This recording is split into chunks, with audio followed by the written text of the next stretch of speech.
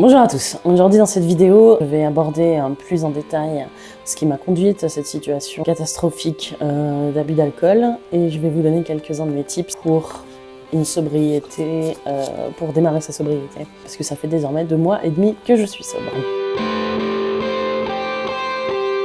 J'ai commencé à boire assez tardivement finalement. J'avais quelques petites soirées dans mon adolescence, mais c'est véritablement quand je suis partie vivre à Paris que j'ai commencé à consommer de l'alcool tous les week-ends. Et il m'était impossible de consommer de façon modérée, quoi. Ça partait toujours dans l'abus. Je pouvais pas, j'ai jamais compris comment les gens pouvaient faire pour boire un petit verre, ou pas finir la bouteille. Moi, c'était impossible pour moi. Mais à ce moment-là, ça restait tous les week-ends. C'est après, quand je suis partie à vivre à Los Angeles pendant quelques mois, que là, je buvais tous les jours, en fait. C'est ça qui a vraiment marqué le début de ma consommation réellement problématique.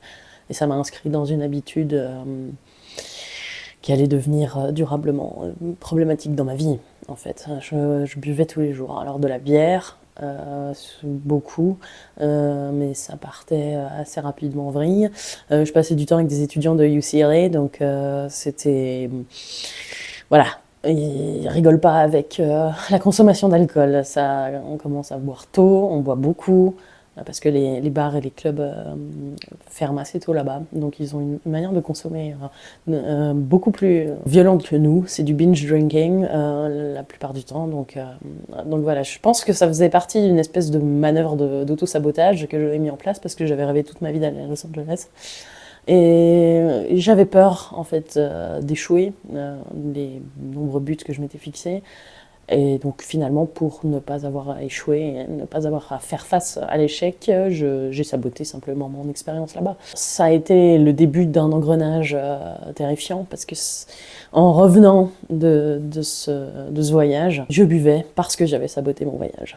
À un moment donné, quand j'avais fini par me rendre compte que je perdais complètement pied, que je perdais tous mes jobs les uns après les autres à cause de ça, que malgré les conséquences négatives, j'ai continué à consommer, j'ai commencé à prendre conscience qu'il fallait que je change quelque chose dans ma vie. Pour arrêter de boire, ça m'a pris des années. J'ai essayé de mettre des choses en place, j'ai fait énormément de démarches. J'ai fait un jeûne de 14 jours, j'ai fait une thérapie, enfin plusieurs thérapies, j'ai fait des séances d'ayahuasca, des prises de champignons.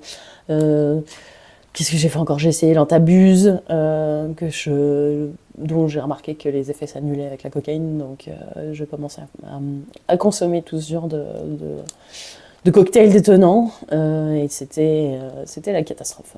Plus mes tentatives d'arrêt se découlaient sur un échec, plus j'essayais de mettre en place des choses qui n'aboutissaient pas à un arrêt d'alcool, et plus ça m'enfermait dans un désespoir, en fait, de parvenir à arrêter l'alcool. Ça me faisait m'isoler de plus en plus, douter de plus en plus en moi, en tout le monde, et puis surtout ça me mettait très en colère. J'avais l'impression qu'on ne m'aidait pas, qu'on n'était pas là pour me donner finalement la solution miracle dans la main.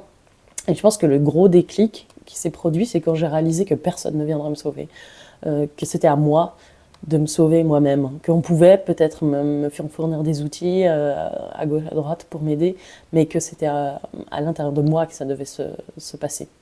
Forte de toutes ces expériences, c'est vraiment un cheminement très long que de parvenir à réussir à dompter en fait cette maladie. J'ai trouvé une addictologue qui a su m'aider à débloquer certaines choses que j'avais en moi depuis très longtemps, et ça m'a réellement donné envie d'arrêter cet auto-sabotage en fait, et puis de comprendre surtout d'où il venait. Ce que j'ai fait il y a 2 mois et demi donc, c'est que j'ai fait une dernière fête à l'occasion de mon anniversaire. Parce que j'avais peur toujours d'avoir des regrets, de lâcher la bouteille et de ne plus m'amuser comme avant. Donc j'ai fait une dernière fête où j'ai vraiment profité un max, et puis à partir de ce jour-là, je me suis dit c'est terminé. Ce qui m'a beaucoup aidé donc, c'est à partir du moment où j'ai commencé à le voir comme une chance, ou plutôt comme une opportunité de traiter les problèmes et les blessures d'enfance que j'avais, c'est à ce moment-là que ça a commencé à débloquer les choses. Parce que l'alcoolisme ne se traite pas tout seul. en fait. C'est vraiment le symptôme d'un mal beaucoup plus profond. Ce n'est que par et un traitement pluridisciplinaire qu'on peut parvenir à quelque chose. Et ça, c'est très important de le comprendre. C'est à partir de là que j'ai commencé à voir cet alcoolisme comme une opportunité. Mes conseils pour démarrer sa sobriété, c'est d'abord, évidemment, de se rendre compte qu'on a un problème, de se rendre compte qu'on n'est pas responsable de sa maladie, mais de son rétablissement, que c'est à l'intérieur de nous, que ça ne sert à rien de chercher des solutions extérieures pour s'en sortir. Il faut faire un travail intérieur, il faut être prêt à faire ce travail-là et débloquer les problèmes qu'on a à l'intérieur de nous. Moi, par exemple, je sais que j'ai un grand besoin, à cause de certaines failles de mon enfance, des blessures d'enfance qu'on a tous, j'ai un très grand besoin d'attention, j'ai un très grand besoin de reconnaissance surtout. Et c'est pour ça que je fais ces vidéos aussi, parce que j'ai besoin d'un public pour traverser cette épreuve manifestement. Et plutôt que d'en avoir honte, je préfère l'assumer. Ma méthode n'est pas forcément universelle. Chacun doit se demander quelles sont ses failles personnelles, quelles sont ses blessures d'enfance, quelles sont les choses qui l'ont amené jusqu'à cet alcoolisme pour pouvoir l'attaquer de façon efficace. Ce qui est très important aussi, je pense, c'est d'en parler. Les gens sont beaucoup plus bienveillants vis-à-vis de cette maladie qu'on pourrait le croire. Je sais qu'il y a beaucoup de tabous autour de cette maladie. L'image qu'on dépeint de l'alcoolique est assez péjorative. C'est une honte, en fait. Et c'est un mal, en fait, l'addiction qui touche tellement de monde, indirectement ou directement, que les gens sont beaucoup plus bienveillants et compréhensifs vis-à-vis de ça qu'on pourrait le croire. N'hésitez pas à en parler autour de vous. Si vous vous sentez à l'aise, si ça correspond à un besoin, n'hésitez pas à en parler. Ce que j'ai fait aussi pour m'aider à rester sobre, c'est organiser mon temps, de façon à ce que je n'ai plus le temps finalement de me prévoir mes fêtes qui duraient souvent 2 jours. Et ce qu'il faut faire, c'est comprendre aussi qu'on se bat contre nous-mêmes avant tout. Et donc, quand on organise son emploi du temps, c'est un peu dangereux de se dire « Ah, aujourd'hui je vais faire ci, je vais faire ça », parce qu'on a tendance à ne pas le faire et puis à préférer boire.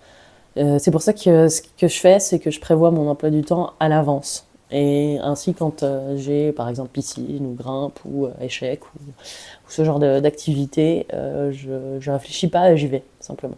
C'est important aussi d'être capable de bien s'écouter, de nous permettre, se battre contre cette maladie, ça permet aussi un cheminement et une meilleure compréhension de soi-même. Ça nous pousse à creuser à l'intérieur de nous pour essayer de comprendre ce qui cloche, comment on fonctionne, comment on réagit.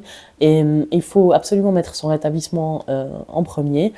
Donc si aller quelque part, si voir des certaines personnes, vous savez que ça vous met dans un état de stress et d'anxiété délétère pour votre rétablissement, simplement ne le faites pas. La partie la plus agréable de toute cette histoire, finalement, c'est, et je pense que ce conseil est également utile, c'est de se récompenser, de ne pas oublier que l'alcool et les fiestas qu'on peut faire jouent sur le circuit de la récompense du cerveau. Il est important de savoir se récompenser de nos efforts.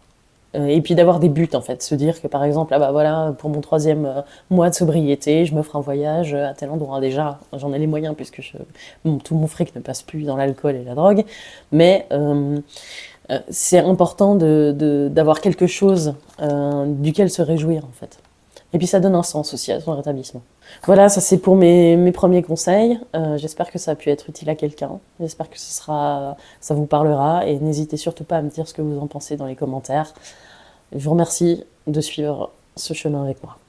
À bientôt.